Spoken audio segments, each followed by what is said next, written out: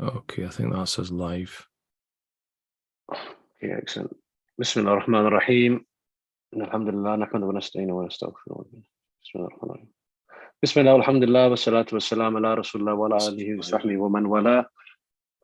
Dear viewers, assalamu alaikum wa rahmatullahi wa barakatuh. You have joined into iSyllabus YouTube live, myself, Omar Hussain, and our esteemed special guest as always, Sheikh Amr Jamil. Assalamu alaikum, Sheikh.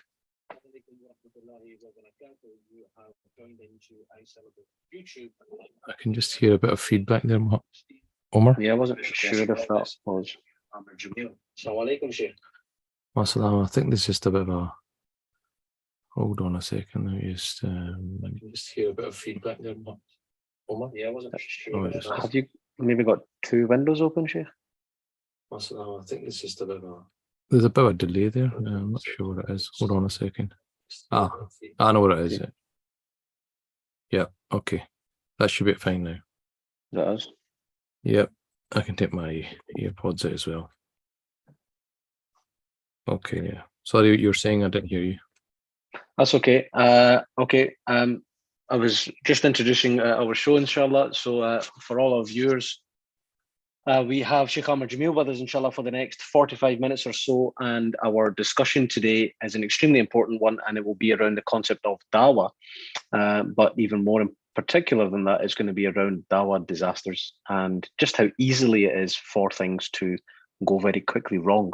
Now, before we get into the discussion of Dawah disasters and how it can go wrong, what we will have Sheikh touch upon is the importance of Dawah in general, the concept of Dawah, and really how and whether or not all of us should be thinking about Dawah. Is it something we think about? Is it something in our own life? And how much importance do we even give it? Is it even a thought? So that's something, inshallah, we will come to very quickly.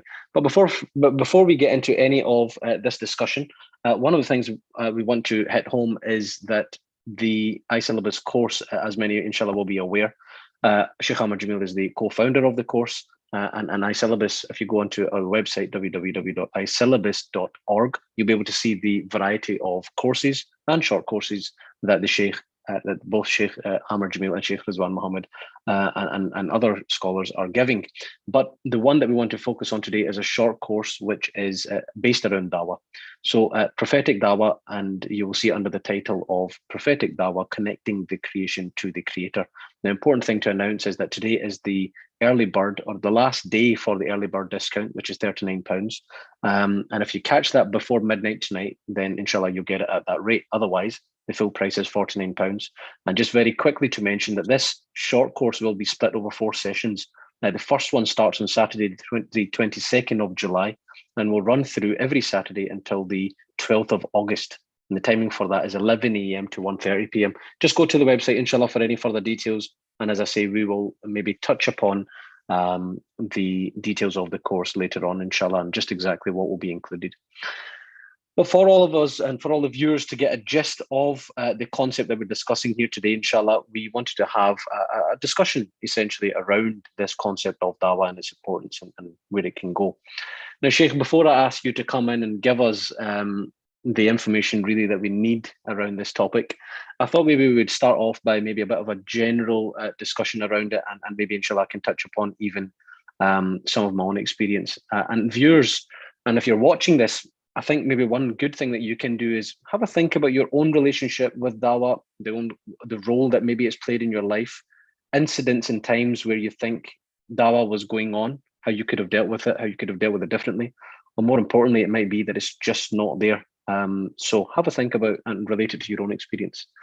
Personally, and again, and I've mentioned this to Sheikh before, so I had an uncle, late Uncle Babar Salim, and my relationship, or at least my exposure to Dawah, really came through my uncle.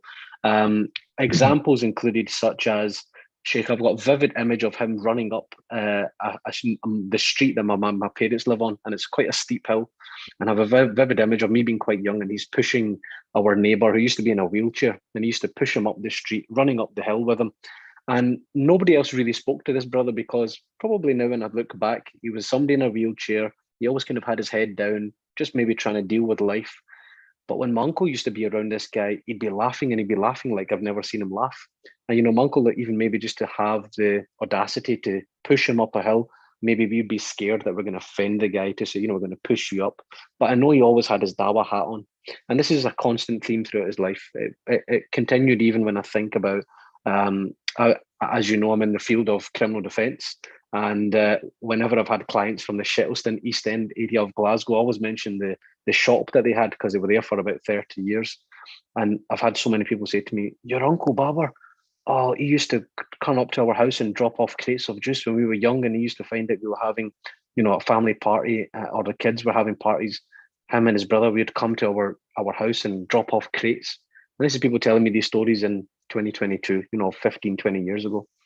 And finally, maybe kind of concluded when he was in the hospital, and he's giving out copies of the Quran whilst he's in hospital.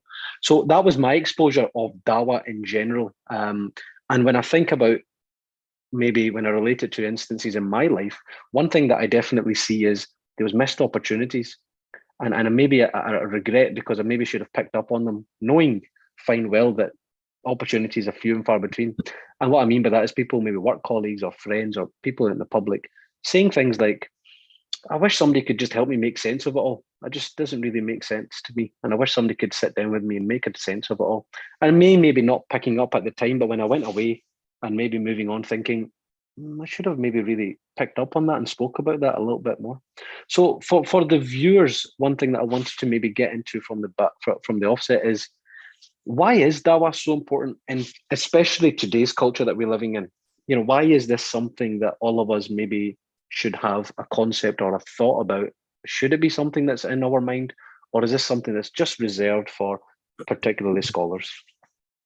Yeah, Jazakallah khair, alhamdulillah, wassalatu wassalamu ala rasulullah. Yeah, and the thing is, as you know, Omar, everyone has had these experiences, and thought maybe I should have said something, I shouldn't have said something. And I guess this is the crux of it when it comes down to Dawah, is what do you say, when do you say it, how do you say it? Yeah. And our title today is Dawah Disasters, because one of the reasons for me doing this course, I remember the first time I studied this area. It's one of those areas you think, yeah, Dawah, I know what that is. Obviously it's quite obvious and straightforward. And I remember when I studied it, I was like, oh my God, I didn't realize all these things which we're doing, and we're actually making a hash of it. So this is really, the course is not to teach you how to argue with people about the existence of God. You can, you do a course in Creed or Aqidah to learn that stuff. This is actually getting back to the root of how, or what is the philosophy, you could say, of the prophetic Dawah. How did the prophets call people to God? What's the secret? What's the essence of what they were doing? How did they manage to have such an impact? So what is the key that unlocks people's hearts, basically? And so, just mentioning your uncle there, I remember when he was in hospital and I came to visit him. I remember the family saying that, everyone's obviously, he was terminally ill, and he knew he was passing away, and everyone's, when they saw his state, they were just overwhelmed with emotion, and just kept giving him kind of positive messages. And I remember them saying, look, he really wants somebody to speak to him about what he needs to do. So even though he couldn't speak at the time, I remember he used to kind of write. His wife would say what he's saying. At that moment, his focus was, okay, what do I need to do? And I think this is what summarized him and other people like him, is that they're always asking themselves, what am I here for? What am I supposed to be doing? What does God want from me in this particular moment? And so going back to the original question about why is it so important? The reason it's so important is because the best people that we know, that God has chosen, are the prophets. There's nobody better than the prophets. These were people that God chose. I actually read in a tafsir many years ago when I was doing in COVID, when I did the tafsir in Ramadan. I actually mentioned that Musa alayhi salam, Moses, the reason why Allah subhanahu wa ta'ala chose him was because he looked at all the hearts of men and found his heart to be the purest. So God chooses these people for that a very important mission. And so what was their primary role? Like if you had a CV right? What job are you applying for? What job are you doing? And if you looked at it from that, like that, their primary role was to call people to God. That's what they were sent for. God sent these people, right? Go call your people to worship me, right? So in essence, da'wah is the role of the prophets. This is what their job description, you could say. You said you're a criminal lawyer, Yeah. right? People would know you as a criminal lawyer. The prophets were their role or their job was da'wah. So when we get involved in da'wah, it's actually the most noblest thing we can do, because we are now following in the footsteps of the Prophet sallallahu alaihi wasallam, and the footsteps not only of the Prophet, all the prophets. So there's actually nothing higher that a human being, a Muslim anyway, can do than do da'wah. And that's why Allah subhanahu wa ta'ala says, Man ahsanu qawlan mimman da'a ila Allah, right, wa amila salihan. So is there anyone better than the one who calls to Allah subhanahu wa ta'ala? There is nothing better. It is the pinnacle of what you can do. And the thing is, when it comes to fatwas, right, that's certain people that can write fatwas. Okay, when it comes to reading Taraweeh prayers in Ramadan, only certain people can do that. So some roles are very specified. Only some people can play that role. But da'wah, everyone can do it. Every single person, whether they're a mufti, whether they're a lay person, whether they know nothing or everything, or well, lots of things, we've all got a share that we can take from that. And so that's what probably makes da'wah so special, that this is, you're now in your own small way, even though you may feel you're very deficient in front of God and you're not very practicing, whatever it might be, but in your own way, you are now sharing something very closely with the Prophet sallallahu alaihi wasallam. So there's a connection. You're making a connection with the Prophet of Allah subhanahu wa ta'ala. And that's why the Prophet, when we meet him in the next life, one of the the people who are involved in the da'wah, because this is what he came to do. And then the Sahaba, the companions, also took it upon themselves to do the same thing. This is why we have Sahaba buried in different places, isn't it? When you go to Istanbul for a holiday, everyone goes to Ayyub al-Ansari. So what was he doing? Look where Medina is, and look where Turkey is, right? At that time, going by camel. Sure. So what was he doing there? He's not gone there to get a university degree or, enhance his career prospects. He's gone there to do da'wah. You have Sahaba buried in Egypt. You have Sahaba buried in Syria. You have Sahaba buried in, Samarkand, which is like, all those kind of former Russian states. Yeah. They're buried all over the world, because they knew what the mission was, and they were taking this word to the rest of the world, which is what obviously helped Islam spread. So the prophets have ceased to come. Obviously, our prophet was the last prophet. There is going to be no other prophet, but people still need guidance. People needed guidance, so God would send a prophet. They would go astray, they'd send another prophet. They'd go astray, they'd send another prophet. So what happens when the Prophet comes? He is the final prophet. His message is for everyone, but the guidance is still needed for mankind. So whose shoulders does that fall on? It falls on our shoulders.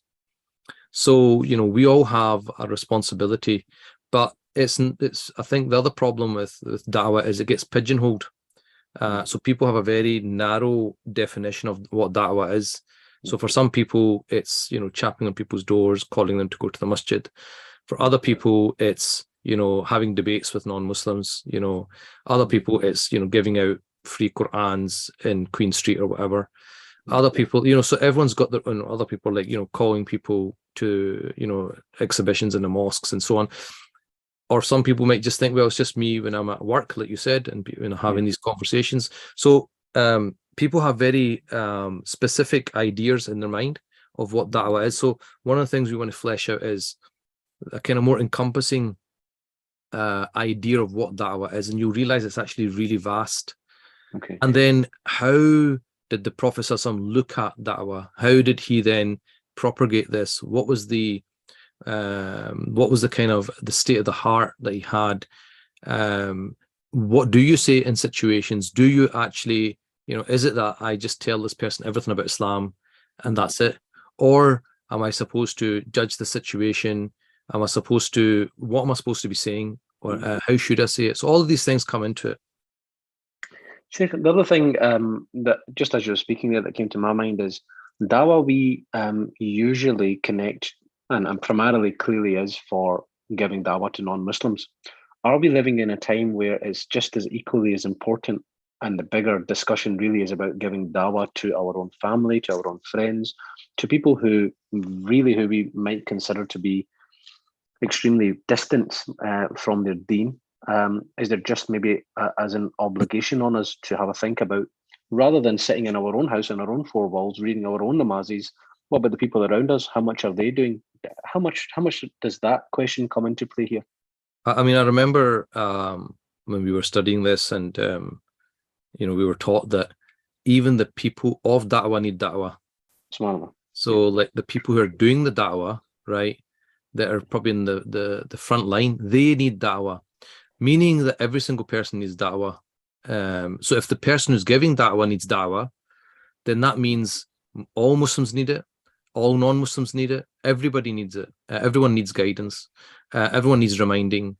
Everyone can make mistakes. Everyone can fall off the path. So and this is why we are obviously an ummah. And they say that this, when we talk about the ummah, there's ummah, ummatul mustajaba, so the ummah that answered the call, and ummatul da'wah. So ummatul mustajaba, the ummah that responded to call is the ummah of the Prophet sallallahu alaihi wasallam. And the ummah of da'wah is basically everybody, because everyone, needs guidance. The other thing is, we often pretty proudly say that Islam is the fastest growing religion. We're quite proud of that. But at the same time, there's lots of people who leave Islam as well. So as many people that come into Islam, it's true, but a lot of them leave. So why are they leaving? What is it? What's happening? Whereas, there's obviously a deficiency in the da'wah that people are leaving. Then also you have non-Muslims who obviously leave as well. There's apostates, who, your former Muslims. So, everybody needs da'wah. Everyone needs da'wah. And I think that's a really important point to make. Okay, excellent. So hopefully viewers are picking up on the fact that the concept of dawah in itself really is not restricted and is not something that's just reserved for our ulama, our scholars, those who we effectively see as esteemed amongst the ummah, amongst the community. It's not. It's something that really should be at the forefront of all of our minds. And inshallah, that's really where we want to take this discussion. Before we move on, I want to just remind the viewers that the course and the short course has an early bird discount, which ends today at 12 o'clock this evening.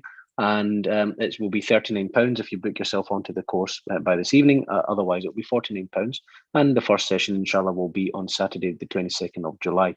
There will be 4 sessions, inshallah, right through to the 12th of August, every Saturday from the 22nd of July to the 12th of August. And the timings being 11 a.m. to 1:30 p.m. So please visit www.isyllabus.org in order to get further information and sign yourself up to the course. Okay, Sheikh, so we really are touching upon then this concept of dawah and the importance of it. But really the focus today then that we want to mention is that dawah disasters. And when we think of dawah disasters, obviously we have got many people who are engaging in dawah who might be doing it wrong, people maybe who are actively doing it wrong, and then there's going to be people who don't even realize they're doing it wrong. And inshallah, we're going to have you touch upon the implications of that and why it's so important. But before I do that, maybe I want to try and touch upon a couple of examples. And again, viewers, encourage all of you to have a think about the examples, because if you sign yourself up to the course, then you might want to discuss your examples with Sheikh Amar. You might want to ask him questions around what you've seen, whether it's the correct way to do it, or whether or not you should change your tact. And these are all things, inshallah, that will be covered on the course. But if I can maybe just touch upon a couple of incidents. Leading back to time at university, I would say that one of the things, if you're at university just now, then this is a time and frame period in your life where the opportunity for dawah, I would say, is not really going to come back. It's a great opportunity. It's a great time to have exposure. Students are really, as we would say, discovering themselves, trying to find themselves in the world. Maybe people are far more open to listening at that stage in life. One thing that I would say is seen at that time was people who were maybe actually very eager in their own deen at that point, Sheikh, and when giving dawah to others, were very cutthroat, shall we say, could be almost coming across from a very judgmental perspective, which maybe put a lot of people off. That was one thing that I would say upon reflecting back, and we're obviously going back quite some time now, that I would say was one issue. Looking at different areas, I've had people that I work with, people that I don't work with, who have basically said, you know, we went to the mosque, and I had one person in particular who told me that when she went to the synagogue, no, when she went to the temple, it was extremely welcoming. They were very loving, they were very caring, they were providing all sorts of food, etc. And she felt very welcome. But when she went to the mosque tour, the thing that she was extremely disheartened by was the fact that she was told that her elbows downwards were not covered, and that essentially she would have to cover herself. Now, she was extremely taken aback by this. They had maybe provided her with a shawl she had to wrap up. And she said that I woke up that day and I actually purposely dressed very modestly. So I was quite offended by the fact that they were telling me I wasn't modest enough. Now, this is somebody that's not come into the fold of Islam, knows nothing at all, but has managed to get to the doors of a masjid, being told something obviously which should be really be told, maybe some quite far down the line. The last example I wanted to touch upon with you, Sheikh, and inshallah you'll elaborate for all of us on this. One of the best times that I think personally, one of the biggest opportunities in it, and maybe this is something that really I think is as a missed opportunity in lots of occasions, is weddings, where we have a tendencies of many other sects, many other people from different backgrounds and religions. And you have people in great spirits, high spirits, people that are there in good moods, who would probably be very open to receiving a warm message. It's a time that you can really pull on heartstrings. But unfortunately, sometimes people get a very difficult to digest message, which is probably even difficult for us Muslims sitting in the audience sometimes, never mind non-Muslims. Those are very different scenarios, I appreciate, but those are nonetheless examples of where dawah can just go entirely wrong. How important is it, Sheikh, that we really need to be spreading awareness to emphasize the importance of getting these scenarios right? I think what you're touching upon is really why this is important, because I mean, Sheikh Ridwan did a course before this about effective communication. So that's how do you communicate? How do you get your message across? You go into YouTube, you see all sorts of debates and so forth. People in streets debating with one another. So this is happening everywhere. So it's very important that we get the philosophy right, like what is actually proper da'wah and what's not proper da'wah. Because as you said at university, like going back from your own experience, that preachy kind of attitude that might come across, as you said, put people off. So that's a very big deal, because if you're supposed to be calling people to God, and by interaction with you, you've put people off God, that's quite a serious thing to face God with. So, it's one thing not doing da'wah, right? But then it's one thing, rather than bringing people closer, you're actually pushing them away. So that's it, which is why it can be a da'wah disaster. The person might not even realize, they think that they've told the person about Islam, but in actual fact, they've just pushed the person further away, or like you said, the person who had that bad experience at the mosque. So I think this is why these things are extremely important to teach people, that look, what is the right way of doing it, and what's very actually important, what is the wrong way of doing it, because the wrong way of doing it can actually have really negative repercussions, and you actually can put things, back, very far back from where we are. And inshallah, we obviously want to progress. And so one of the things is, when you're talking about the mosque and so forth, is understanding what's called the waqi'. The waqi' is the reality, or the world that we're living in, understanding the time you're living in. So even like they say it in fatwa, when you give me a fatwa, a legal answer, they say the fatwa changes according to three factors: insan, makan, and zaman. So insan is the person you're talking to. So the fatwa to somebody who's just started, practicing Islam or just became Muslim might be different. The answer to that person might be different to someone who's been practicing for 30 years. Then insan, makan, the place. So a fatwa in the UK might be different from a fatwa in Pakistan or a fatwa in South Africa or Saudi or something, right? Because just you're in a different place, it's different things happening. And then insan, makan was zaman, and the time. So a fatwa which was 100 years ago said something wasn't permissible, in our time it might be permissible, or vice versa. So if that's when it comes to fatwa, right, it changes. Then the da'wah also, it can't be one size that fits all. And this is, I think, one of the big problems that we've got of our time, is that people, they take one size fits all and they try and apply it to every situation. Some situations it works, some situations it's damaging. And the damage is we've got to be very careful, because the damage can then put the person off for years from God. And inshallah, we don't obviously want to be in that situation. And I think sometimes what happens is we get carried away with, and this is what I put a clip out a few days ago about how do we even judge success in da'wah, because often we go by numbers. If we have 1,000 people at an event, we think, well, mashallah, high fives, we've done really well. We look at outward numbers, but that's not how God looks at things, you see, because if you look at the story of Nuh alayhi salam, who's one of the 5 great prophets, there's 5 that have been singled out as being the great prophets. He's one of them. 950 years in da'wah, and some say only maybe 80 people became Muslim or believers, so it's like 1 a decade. Which in our time you'd be like, what, only 1 person listened to you in a decade, in 10 years, it's not very good. So we look at things with numbers and bums on seats and that kind of stuff, right?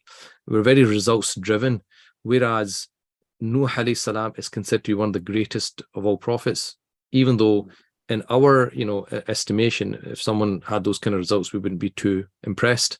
So da'wah is not about, and you get this as well, and a certain organization will come on and say, we converted 1,000 people in Papua New Guinea, right? MashaAllah, and everyone's like, takbir, takbir, takbir, right? All that kind of stuff. But the thing is, okay, 1,000, what happened 10 years later? Are those 1,000 still Muslim for a start? What did you do with those people, etc., etc.? So again, there's so many examples of dawah disasters. I mean, just very simple things as well. I remember one guy, maybe in his 40s, he didn't really read the Quran properly when he was young. He was brought up in a part of Scotland where there wasn't many mosques and stuff. So anyway, I mean, as a grown man, he had enough in sincerity to say, look, I need to learn how to read the Quran. He goes to the mosque. He told me the story himself.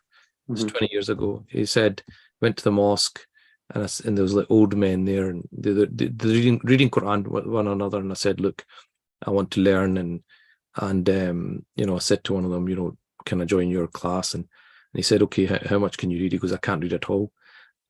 And he said, right? Basically, is it only dawned on you now? And he goes, I felt so embarrassed at that moment. I never went back to the mosque. So these are things which happen, and people, obviously, when they tell you these stories, you're just like, are you serious? Like someone said that, and that can put somebody off.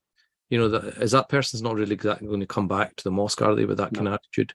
So this is happening, across our community. And you mentioned like weddings, and I'm sure everyone's been in weddings where they've had to ask themselves, did I just hear that? I mean, I remember a wedding, and one of the imams, and he's quite an eloquent guy, but he mentioned hell in within the speech. And as you said, it's a happy occasion. Hell doesn't go with a happy occasion. It's not the time and place to be saying something like that. But whatever your intention is, you don't. And the same thing, you wouldn't at a funeral start cracking jokes. It's not appropriate. So there's things which are appropriate, things which are not appropriate. And as you said, there's maybe non-Muslims there as well. So you've got to look at the audience. So, there's a lot of things that need to be unpacked in this whole area. And what I want to do actually in the course is this time actually make it a lot more interactive. Although it's online, I'm actually going to give quite a number of questions to the listeners and just say, look, okay, take a couple of minutes and think of what you think the answer is, just to get them thinking, and then obviously discuss the answers and a bit of interaction, inshallah, because I think that's really important to get us thinking in the right way, so that inshallah we're not, at least we're not of those who have pushed people away from God or become barriers to God. That's a really bad position to be in. One of the things, Sheikh, that I'm really picking up, which I don't think I kind of appreciated before we started this discussion, is in actual fact, this course is probably for anybody engaged in any type of level with any type of dawah, whether you think you are doing it knowingly or unknowingly. Self-reflection is clearly very, very, very important for all of us. The first thing I'll be doing after this, inshallah, is signing up to it, because I think you might think that you're absolutely fine. You might think that your knowledge is sound. You might think that your methodology is fine. You might think that I'm not out here offending anybody at all. But the fear that somebody might just not like, for example, if I'm out there telling my friends, guys, you should maybe be doing this and do it like this, and you should do this and read your namaz, and when you're going for a meal, I might be coming across as somebody that absolutely is sending people down the wrong way and putting them completely off. Exactly. So this concept of self-reflection, making sure you're doing it the right way, making sure that we're doing it according to the sunnah, and making sure, just I suppose, as a huge element to the course, which I don't think I appreciated entirely before today's discussion. So inshallah, that's great to hear that it's going to be quite one-on-one or responsive in that sense, because again, it will give hopefully the viewers an opportunity to engage, think about how they're doing things, and then ask any questions. For the viewers, before we go on, we've already been 35 minutes into our discussion. You're listening to Sheikh Amar Jamil from iSyllabus, and the course, inshallah, that's coming up will be on Dawah and Prophetic Dawah, and how ordinary people, such as myself, engage in Dawah, and what the do's and don'ts really are. The course itself is something that's going to start, and the early bird rate will be ending this evening, inshallah, at 12 o'clock. So please do get in. It's £39 if you can get in tonight, after which it goes up to £50. Saturday, the 22nd of July, will be the first session between 11 a.m. and 1:30 p.m. And it'll be every Saturday thereafter, right through 4 Saturdays consecutive, right through to the 12th of August, inshallah. So please get in touch. Go onto the website www.isyllabus.org, where you can sign up. Okay, Sheikh, really, God, lots of great points and eye-openers really about this topic and the whole discussion around it. The other key thing, I suppose, before we move on and talk a little bit about the course and what's entailed in the course and just exactly what areas you intend to cover and how you intend to cover them. One of the things that hit home to me as you were speaking was we're also living in a day and age where there's so many ways in which we can be doing dawah. So for example, somebody can be at home online posting stuff on the internet. How important it is to know what material we're posting, when we're posting it, how we're posting it, who we're posting it to, what our audience is. There'll be people engaging in online course in classes, workplaces. So also, again, dawah traditionally would have been really face-to-face, but actually we've got this move to online where we've opened up the audience, haven't we? Surely that's also another important aspect to all of it. Yeah, that's this, the time and age that we're living in. Yeah. So, I mean, some people do have a set formula and they only do it in a set way. But you have to kind of see where the people are at. So if you look at the prophets, they didn't just sit there and say that anyone wants to know about God, just chat my door and make an appointment and, I will speak to you. No, they were going to where the people were, so they physically went to where the people were. And I guess you're saying the same thing. A lot of people are online, but this is a phenomena that didn't exist before the 80s. So this is the time and age we're living in, which is like I said, very different from 100 years ago. And I mean, I was reading a book by Imam Haddad, and he lived 300 years ago, and it's about da'wah, but obviously he's talking about his time. And I was thinking, well, that's, some of it is relevant, some of it's actually not relevant because our time is different. So that's true. You have to make knowledge relevant for the time that we're living in. And like you said, there's many people who have these questions, like you said at work, well, they're searching. And the thing is, it doesn't always have to be that you go into a full-blown discussion, on religion. You can, and I mean, a good example of this is, well, I'll come to that in a minute, actually. But in terms of what you're saying, like, it's actually gauging where is this person at, and what kind of conversation do I need to be engaged in? Because some people see it opening and think, okay, Allah, let's try and preach, and that just the person shuts off. But actually just talking to him, saying, yeah, I understand, I've obviously thought of these things as well, and that whole idea of building up rapport and connection before you actually get engaged into any kind of discussion. But lots of people are having those kind of moments. There was sometimes, like, it's not even that you need to actually say anything, it's just being who you are. So I mean, I'll give the issue of LGBT right now because it's quite current. So it's really interesting. I saw this clip the other day from Tommy Robinson. I don't know if you saw it as well. Right, this now seems to be agreeing with more things. Well, obviously we know who Tommy Robinson is, right? He's very, very anti-Islam. But in that particular clip, I think he still is, but in that particular clip, he was talking about, I used to think Islam was the biggest, enemy to this country, but now it's like all this ideology, and he said, to be fair, I've got to give credit to the Muslims because they just don't bend. They've like stuck to their guns where others haven't. So there's an arch enemy there, who's seeing, wait a minute, he's being fair. He's like, wait a minute, these guys, they stand up for what they believe in. And so so when Muslims behave, their actions don't go unnoticed. People do see that and say, well, what is it about them? I remember years ago, this is like maybe 10 years ago, I was invited to go down to London, and it was basically a scholar to come, and there was a group of us, maybe about 10, 15 individuals, students of knowledge, who were going to, it was a 2-day thing. We were going to discuss a few things with this scholar, and the person in charge of it, they chose this, I can't remember what exact group it was, but it's a Christian group, and they had like a hostel, and the place was empty. It was really nicely kitted out, and we were staying there for 2 days. And so the guy's telling us, we were just having a cup of tea or something, and he was saying that the woman in charge, Christian woman, she came up to me and said, I'm really impressed with you guys. And he said, why? And she goes, like, you're young, right? But you're really into your religion. You guys have gone off and studied. Your mosques are, populated with young people. And she started talking about the Christian, community.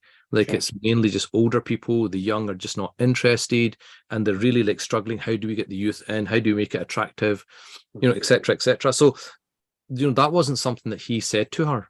It's something she's watching, observing, right? So people are watching us. Non-Muslims are watching us. Muslims are watching us.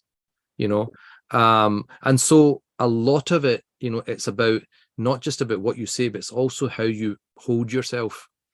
Many years ago, there was, I remember, what's his name? Sheikh Ibrahim Mograha from Leicester. He used to be involved with MCB. This is years ago.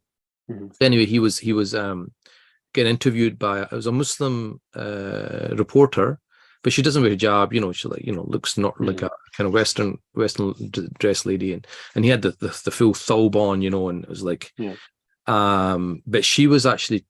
She had the interview, but she was sort of taken back by his demeanor. Like, he was so soft, he was so like kind, and he just treated her as if she was wearing hijab. Like, he would have treated her, with respect and everything. And she, talking about before, you were saying about the people feel judged and stuff. But she didn't feel judged for one moment with him, but she just felt this warmth, and she was just taken aback that he looked, religious, but he had this warmth about him. And so a lot of the times it's not even what you say. It's not what you say, it's how you are. And that in itself is also da'wah.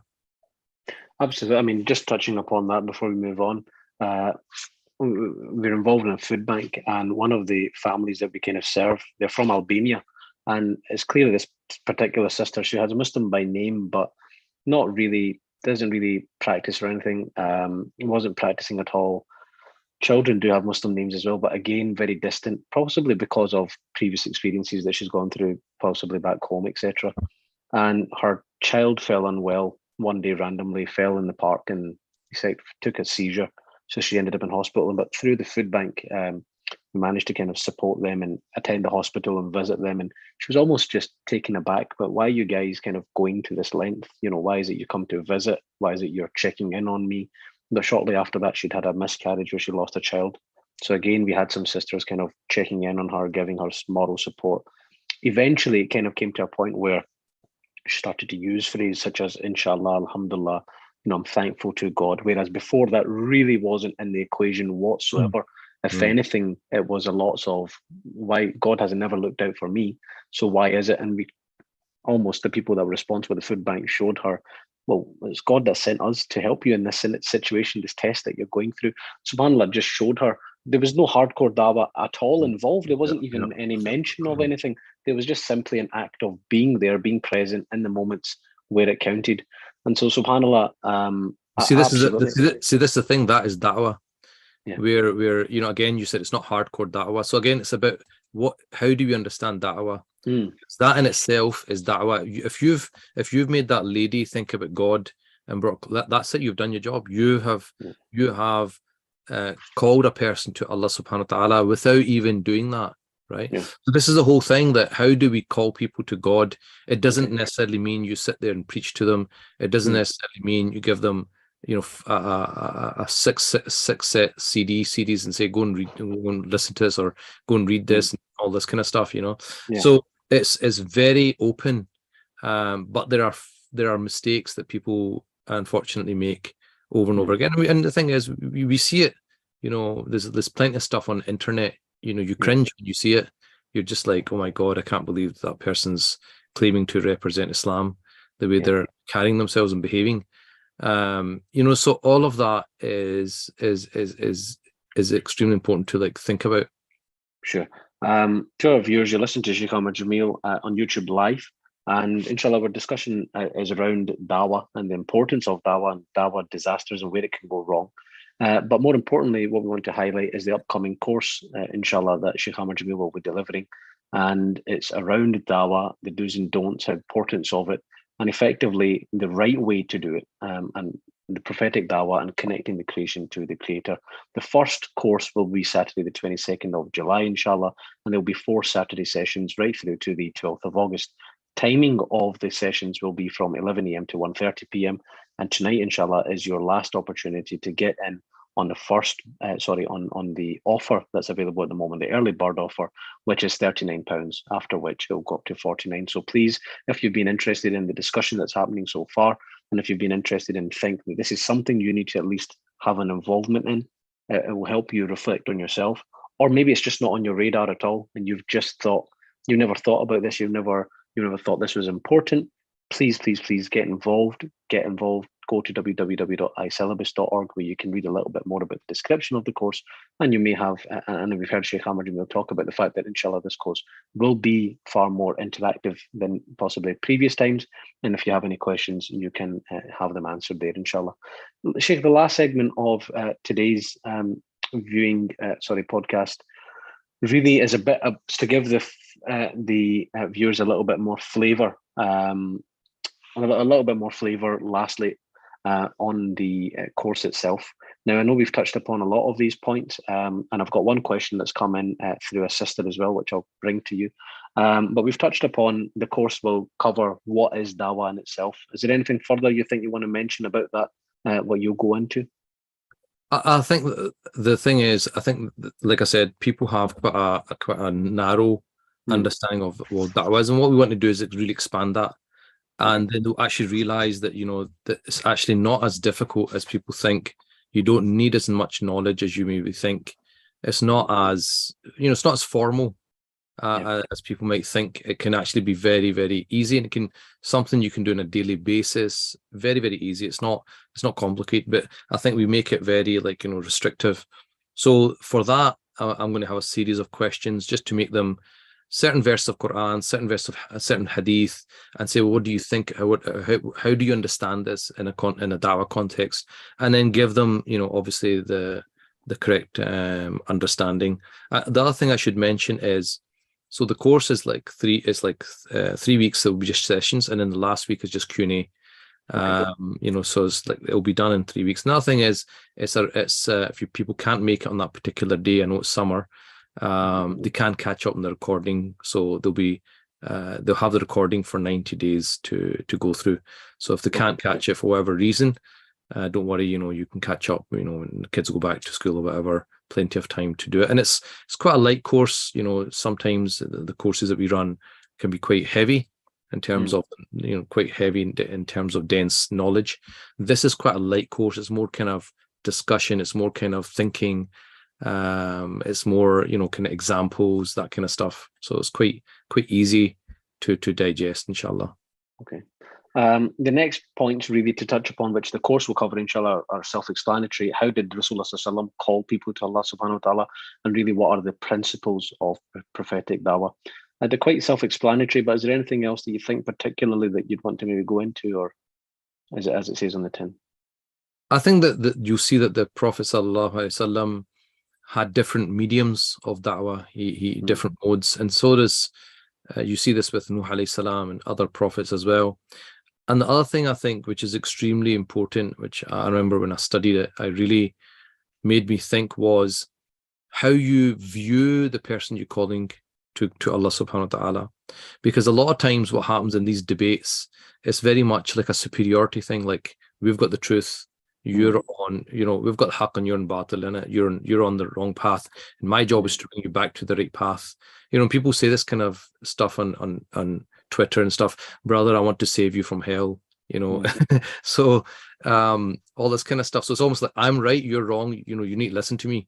Whereas, how did the Prophet view when he was giving da'wah to these people? Right? Was he viewing that, well, I'm kind of superior and you're inferior, and you've got to, so I think that's very important, because if that doesn't get corrected, people sense that, like you said, people sense you're preaching to them, people sense you're looking down on them, people sense you're talking down to them, and what happens is you put them off. It's not that they're put off from God, it's the fact that because they don't like you and you're talking about God, you're basically a package.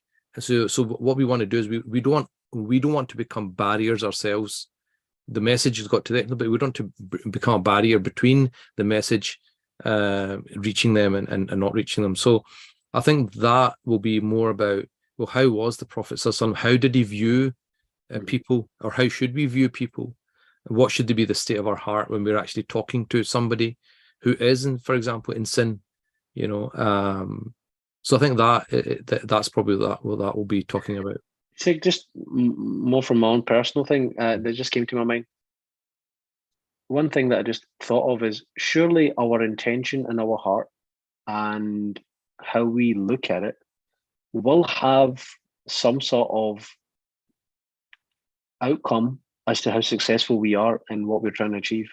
Absolutely. What I mean by that is, if we've got the wrong intention, or we're coming at it from a completely wrong angle, and in actual fact Allah subhanahu wa ta'ala is not happy with how we're going about the task, then if we're trying to give dawah to whether it's a family member or a non-Muslim, surely the link as to how successful we are has a direct correlation with that.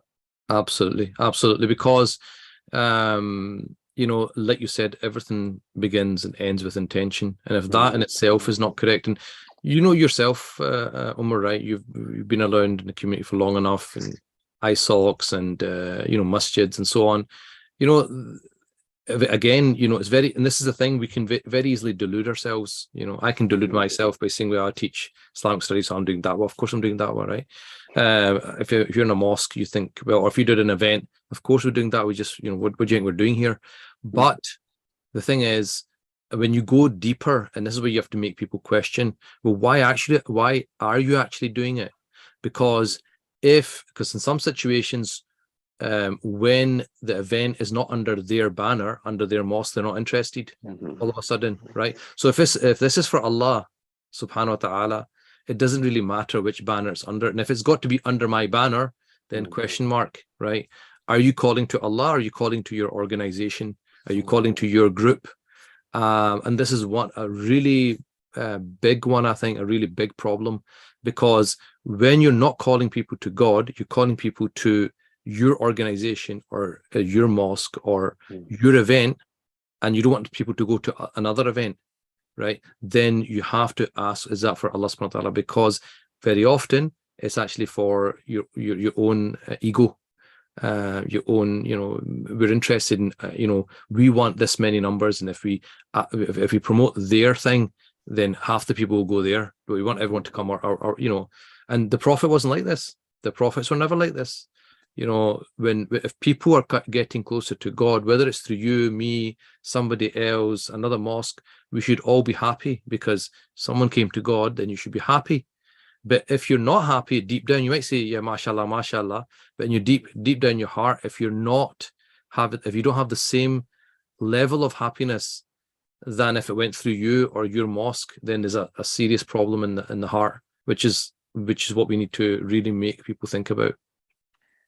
And if you're viewing and you're listening to this, I suppose this is a question that each and every one of us has to reflect upon ourselves, and maybe even have a strong look in the mirror. Because it's not an easy task to do, to sit and reflect on yourself and look at yourself and think, well, actually, is there something here that I have to worry about or should be concerned about or have to try and fix? And this is one of the main reasons why we encourage everybody to sign up to the course, because I tell you what, you can't just come up with a fix yourself. It might be something you have to speak to Sheikh about, ask him about, okay, this is how I'm feeling. These are the feelings that I get. Are they right? Are they wrong? And how do I go about fixing them? Is there something that I need to do particularly to try and fix them? And those, inshallah, will be an opportunity to do that.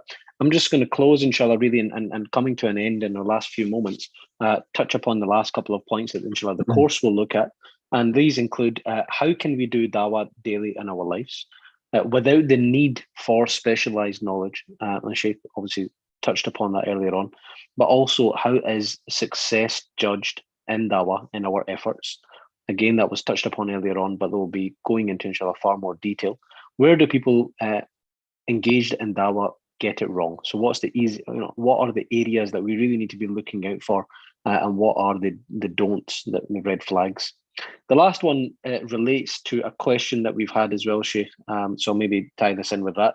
The last point that the course, inshallah, will cover is how to give dawah effectively to family members who are unresponsive. And the question that we had in from a sister was, can Sheikh touch upon giving dawah to children?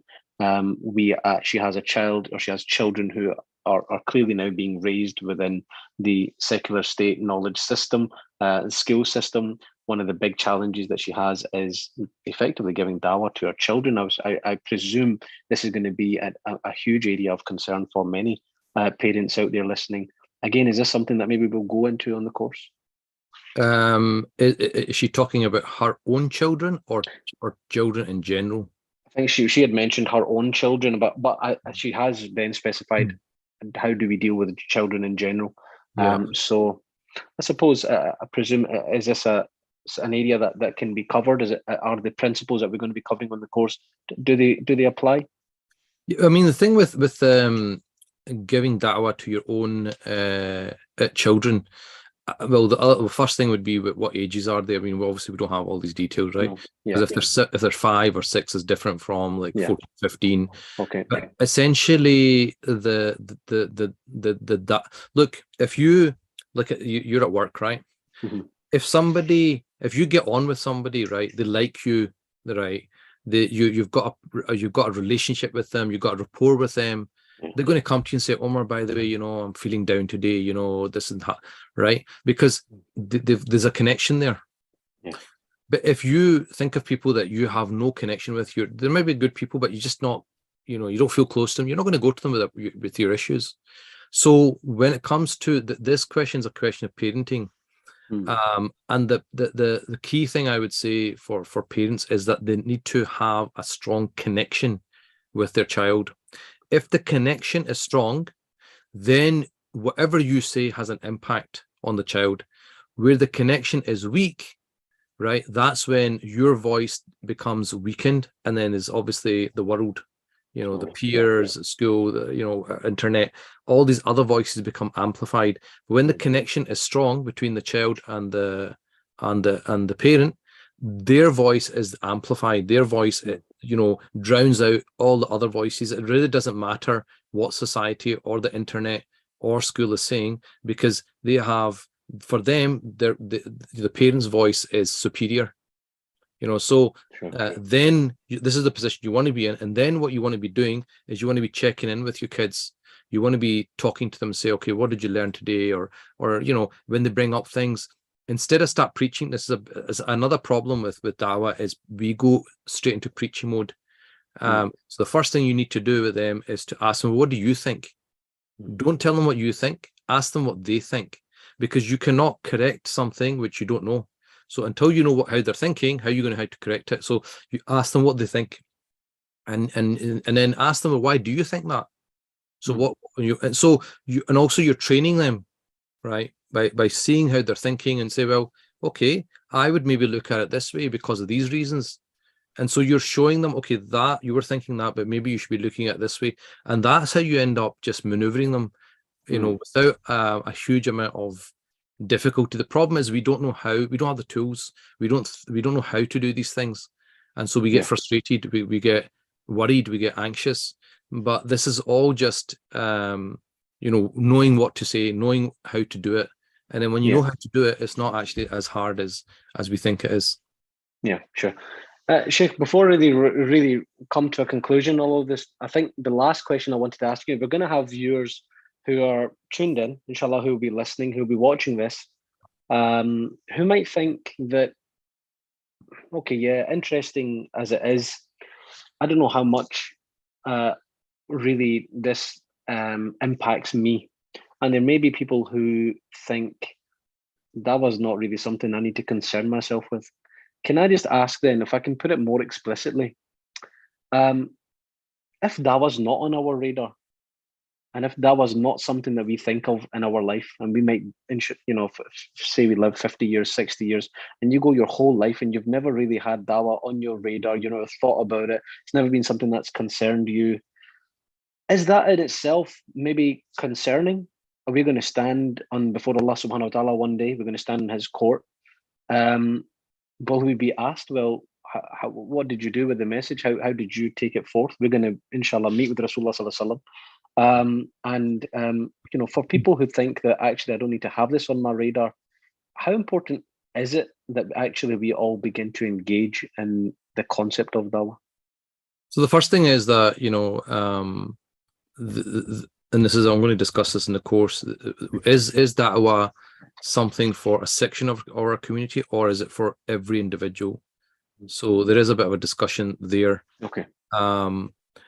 And if we say it's every individual's responsibility, it's not as complicated as people think, because there's different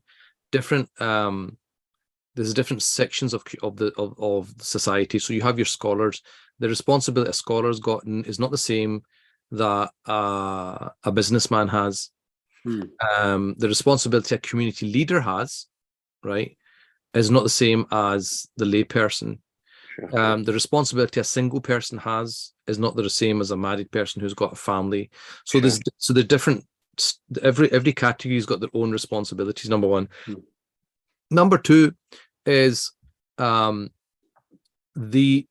you can achieve by doing Dawah, you will never be able to achieve doing it yourself. If you just, like, for example, read Quran every day, 10 sparas a day, right? 10 just every 3 days you finish a Quran, right? The closeness you can gain with God between that person and another person who's going out and doing Dawah in their own way, it cannot be compared. What you can achieve through Dawah, you will never be able to achieve through your own personal worship, right? So it's almost like, you're getting this opportunity to make £1 million without really doing much, and you're saying, no thank you, I'll just keep my minimum wage job, I'm happy just doing that. You're not even willing to like look this opportunity. So I think that's the thing. Like our life is very short. Our next life is forever. It's eternity. So we want to make sure you want to, when you have investments, you spread out your investments. You want to make sure that you're profiting from everything in your life. So a dawah is just another opportunity. One, obviously, is the role of the prophets, but it's also for yourself. It's a big opportunity to get close to God and obviously build your life in the next life without actually doing a huge amount, which is what I'm going to talk about. It's not that difficult to do. No one's asking you to go out and preach, about Islam. Like we said, you're giving the example of the hospital. There's lots of roles that people can play where they are contributing, to a positive image of their religion, and people might be becoming closer to God, and it doesn't actually require them to be scholars or anything. So I think that's what I would say. And the thing is, God describes this ummah as an ummah that calls towards good and commands the good and forbids the evil. That's our description. That's our description. So if we're just here living, eating, out and having a nice holiday, which is fine. That's all fine, but not concerned with da'wah. It's like you've not actually done your job, your job description. It's like you're a teacher. You've gone into the school, and you've painted the walls and you've put up pictures, but you've not actually done any teaching. So your boss is not going to be happy because the whole purpose was you're supposed to teach. So I guess that's what it is, that we have a responsibility as the ummah of this prophet, and we should be fulfilling it to the best of our abilities. We're all deficient, obviously, but to the best of our abilities, and it's not as difficult or as narrow as maybe it's been projected as. Sure, alhamdulillah. I think maybe the last point to mention is, Sheikh, it's also, we're all very quick to judge and say, well, actually the person that was at the wedding giving the speech, he done it entirely wrong and he should have done X, Y, and Z differently. We're all quick to judge the imams or the leaders or people in your workplace, and it's easy to say, well, this person's got it entirely wrong and this person's doing it wrong and he should be doing this differently. But in actual fact, maybe there's lack of effort on our part, and the question is, we all, myself included and the viewers included, have to sit and look and think, well, actually, what steps am I taking to make sure that I'm playing my role as part of society? Because it's easy to sit and criticize everybody that's out there trying to make an effort and probably doing it wrong, but also making sure you get up yourself and doing your part and doing it right is probably also just as important. Sheikh, is there any final points that you wish to make before, inshallah, make a last announcement to do with the course? Yeah, I mean, I think on that point, Omar, the thing is, whether the person did the right speech in the wedding or not, the thing is, God's not going to ask you about that. God's going to ask you about your own behavior. So this is a distraction when we're so fixated on what's happening, and we love controversy, going to Twitter, oh, there's a fight going on, read all the thread and spend half a day doing that. And then, okay, then what? What have you achieved? How's that got you closer to God? How's that, brought any peace or harm to anybody? And then if somebody, if you feel that someone's, say, a speech was inappropriate, well, have you actually gone up and spoken to them instead of saying stuff about behind their back? Have you gone up and said, look, I just want to give you a bit of feedback, maybe mentioning hell wasn't, the most appropriate thing at the wedding, because sometimes, maybe the person's not realized, they're just in the flow, and the hadith came and they just didn't realize, didn't think, and bringing it to their attention, they're like, oh, okay, yeah, next time I'll keep that in mind. So part of it is also helping each other as well. Well, I think we come back to your point that you made earlier on, Sheikh, which if you're starting off with the correct intention and mindset, then it's easy to make up an excuse for someone or understand how to make the mistake as opposed to easily criticizing. So, alhamdulillah, jazakallah khair for your time once again, Sheikh Amr Jamil, with us, giving us an insight into the do's and don'ts of dawah, the importance surrounding this topic of dawah, and how, in actual fact, every single one of us should be thinking about this aspect of our deen, and in particular, what role are we all playing in giving dawah in the society in which we live, and what part are we playing? If you think that this is something that was interesting to you, you enjoyed today's discussion and podcast, and if this is something that you wish to engage with, and as you heard Sheikh Amr Jamil say earlier on, Inshallah, this course that starts on the 22nd of July, Saturday the 22nd of July, which will run for 4 consecutive Saturdays thereafter, right through to the 12th of August. It will run, start from 11 a.m. to 1:30 p.m. online. Inshallah, will be interactive, and Sheikh will have sessions whereby you'll be able to ask. And the final session, as Sheikh mentioned, will be a direct Q&A session. So everything you've picked up, everything you've gone over throughout the short course, inshallah, you can clarify with him on the 12th of August. £39 is the early bird rate and the fee which you would pay if you're going to join by 12 p.m. tonight. So I'd encourage everybody to go on to www.isyllabus.org and sign yourself up to the course tonight. Otherwise, anybody who changes their mind or has a change of heart after tonight, then it'll be £49. Inshallah, still for the quality of the course that you will be getting, an absolute bargain. Sheikh, from myself, thank you very much, and Jazakallah khair for having me on. And thank you for giving us your time. And inshallah, we look forward to seeing you on the short course. So Jazakallah khair, and inshallah speak soon. Jazakallah khair.